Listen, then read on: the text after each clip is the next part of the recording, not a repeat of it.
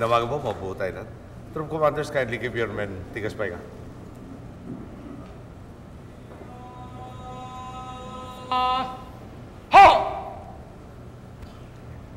Secretary Voltaire Gasmin, General Gregorio Catapang, Vice Admiral Jess Millan, Major General Romulo Cabantac, Representative Francisco Ashley Asedillo, Representative Gary Alejano, Colonel Tirso Dolina, officers, men and women of the Armed Forces of the Philippines, fellow workers of government, honored guests, mga minamahal ko mga kababayan, muli magandang umaga po sa inyo lahat. Noong araw po may mga Marines na nagkwento sa akin na nung nakatalaga raw sila sa Kalayaan Island Group ay nagkaroon ng isang pagkakataon kung saan sa karating isla nila doon ay may isang bansa ang umuokupa. At naglagay daw ng ang mga sundalo nitong bansang ito ng mga kanyon sa isla na inokupa nila. Siyempre po, hindi nagpadaig ang ating mga Marines. Wala silang kanyon, kaya ang ginawa po nila, pumutol daw sila ng puno ng nyog, piniturahan ng itim at itinutok sa baka maging kalaban para magbukang kanyon mula sa malayo. Ang sabi ko nga, kung natuklas ang hindi totoo mga kanyong yun, siguradong todos po tayo. Pero iba talaga ang sundalong Pilipino. Kulang man sa kagamitan, na idadaan pa rin sa diskarte at tapang ang anumang laban. Sa pagtitipon natin ngayon, pinapatunayan nating tapos na ang panahon kung saan dinadaan na lang sa tibay na loob at diskarte ang pagtutupad sa tungkulin.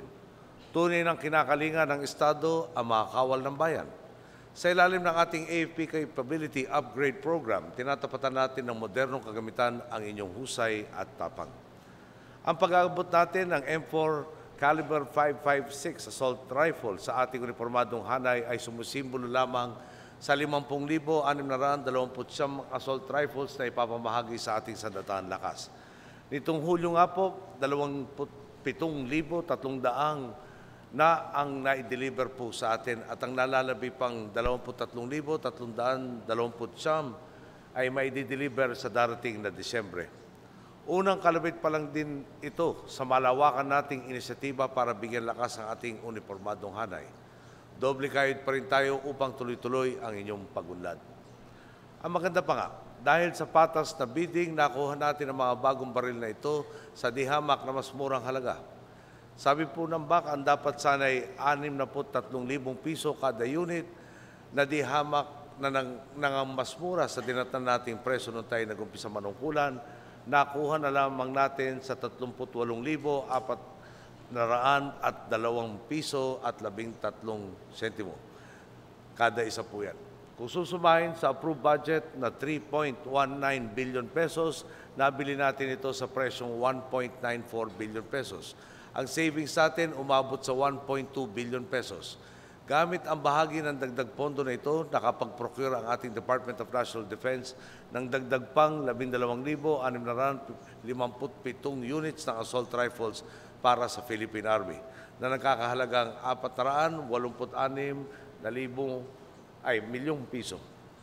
Sa Disyembre rin ang dating po ng mga karagdagang baril na ito.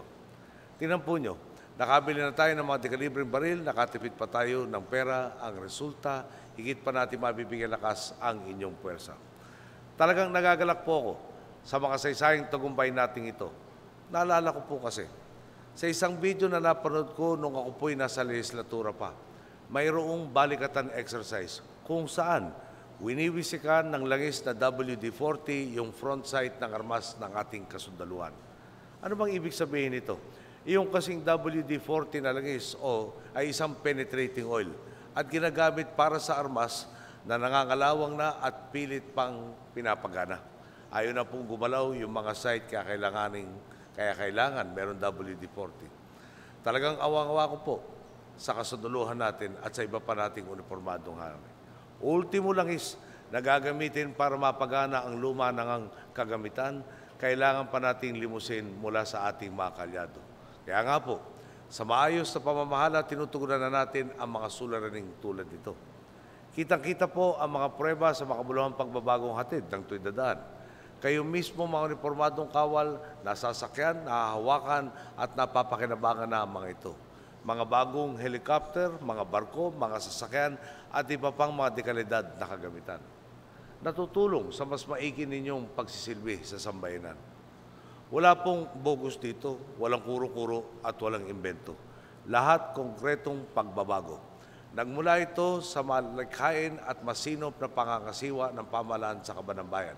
Nagmula ito sa paglaban natin sa mga opisyal na tiwali at taksil sa taong bayan. Naging bullseye ang pagkakamit natin sa ating mga target dahil sa pagpupursige nating itaguyod ang masigasig at mabuting pamamahala. Ang pakiusap ko nga lang po sa inyong lahat. Ito mga bago nating kasangkapan, pakialagaan lang natin po nang matagal pang mapakinabangan at magamit para makapagsilbi sa taong bayan. Huwag natin kalimutan, sa pagbili natin ng modernong kagamitang ito, merong ibang bagay na hindi muna natin pinondohan. Di po ba sa ating budget, kung may naunang kailangan paglalaanan ng pera, siguradong may susunod pang mga ibang kailangan paglaanan din. At kapag minsan lang natin binili ang kagamitan para sa isang programa, magiging tuloy-tuloy na ang pagpondo sa iba pang nakapila. Ang resulta, gaganda ng gaganda ang kalagayan ng bansa. Ang kabaliktaran naman ito, kung tayo ay magiging pabaya o ulit-ulitin lang natin ang pagbili ng kasangkapan, maetsapwera ang mga programang kasunod sa linya. Huwag naman sana, di po ba? Ngayong nabigyan na natin ang inisyatibang ito para sa inyo, inaasahan din gagampanan ninyo ng gusto ang papel ninyo sa Estado. Hindi na nga may kakailala. Ibang-iba na ang muka ng inyong gobyerno at ibang-iba na rin ang muka ng inyong hukbo. Ang dating baril-barilan, dekalidad ng kagamitan. Ang dating pinababayaan, ngayon tunay ng inaalagaan. Noong Martes nga ng umaga, nahuli na ang isa sa mga most wanted sa Pilipinas at ngayon ay dadana sa tama at makatarungang proseso para tumugon sa mga alegasyon ng pang-aabuso laban sa kanya. Masasabi na rin po natin ngayon, kung dati kinakatakutan ng inyong hanay bilang mga berdugo, ngayon ginagalang at pinagkakatiwalaan kayo bilang mga tunay na kabalikat ng sambayan ng Pilipino. Nandiyan kayo tuwing may sakuna. Hindi kayo nawawala sa mga oras ng peligro o kawalang katiyakan.